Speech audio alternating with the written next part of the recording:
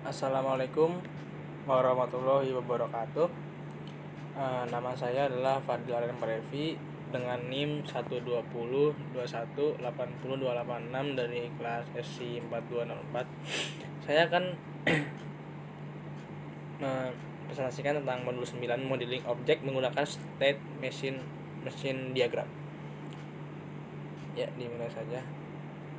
Objektifnya pada modul ini diharapkan dapat memahami model objek state dan menjelaskan elemen-elemen yang terdapat pada UML state machine diagram. Ini adalah contoh dari peta prosesnya. Pengenalan objek state.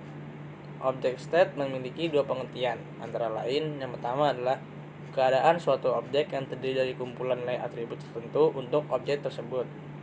Lalu yang kedua adalah keadaan suatu objek yang mendeskripsikan sifat dari objek yang relatif pada eksternal stimuli. Lalu modul ini lebih mempertimbangkan definisi yang kedua. Identifikasi elemen-elemen pada state machine diagram. Ini adalah contohnya dan gambarnya, bisa diperhatikan. Transisi state merupakan perubahan yang terjadi pada saat runtime. Ini contohnya. Dari pendinginan, diam, lalu pemanasan. Struktur internal pada state nodes. Transisi state merupakan perubahan yang terjadi pada saat runtime. Saat node merupakan state dari objek tunggal pada runtime. Yang pertama ada entry, event untuk menentukan tindakan saat masuk ke state. Lalu ada exit, event untuk menentukan tindakan saat keluar dari state. Dan juga ada do, event menentukan tindakan yang sedang berjalan. Lalu Anda juga dapat menentukan event yang spesifik dengan tindakan yang sesuai. Melengkapi HVAC state machine diagram. Transisi state merupakan perubahan yang terjadi pada saat runtime. Membuat state machine diagram untuk objek yang kompleks. Yang pertama adalah gambarlah keadaan awal dan akhir untuk objeknya. Lalu yang kedua, gambarkan keadaan stabil objek. Ketiga, tentukan urutan parsial untuk stable state pada lifetime dari objek tersebut. Lalu yang keempat, tentukan event yang memicu transisi antara keadaan objek. Tentukan transisi tindakan jika ada. Lalu yang terakhir adalah tentukan tindakan dalam event jika ada. Langkah pertama dimulai dengan kondisi awal dan akhir ada dua. Lalu yang kedua itu menentukan objek state stabil, itu yang tengah-tengah ada pendingin, diam, dan pemanasan. Lalu langkah ketiga, tentukan urutan partial state.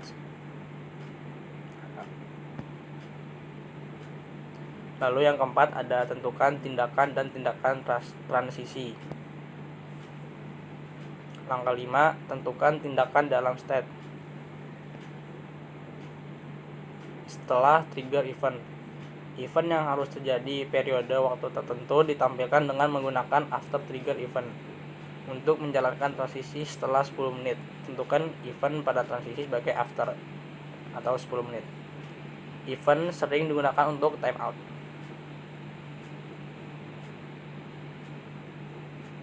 Lalu ada self transition. Self transition merupakan state transition dengan status yang sama untuk sumber dan tujuan dari transisi tersebut. Ini contoh gambarnya. Ada junction. Pada UML, junction itu dapat digunakan untuk menyederhanakan diagram dengan memecah transisi menjadi beberapa bagian. Dengan demikian dapat mengurangi duplikasi trigger events, guards, dan actions. Contoh berikut ini menampilkan urutan state transition, order of events, evaluation of guard, and action. Ini contoh gambarnya.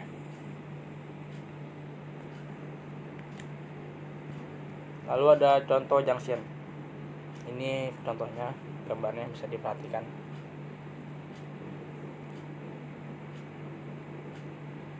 Lalu ada choice.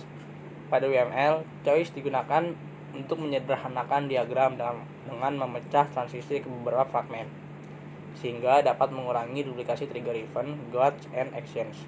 Choice juga dapat menggunakan dynamic evaluation pada guard setelah bagian-bagian dari transisi sebelumnya telah dieksekusi. Ini bentuk gambarnya.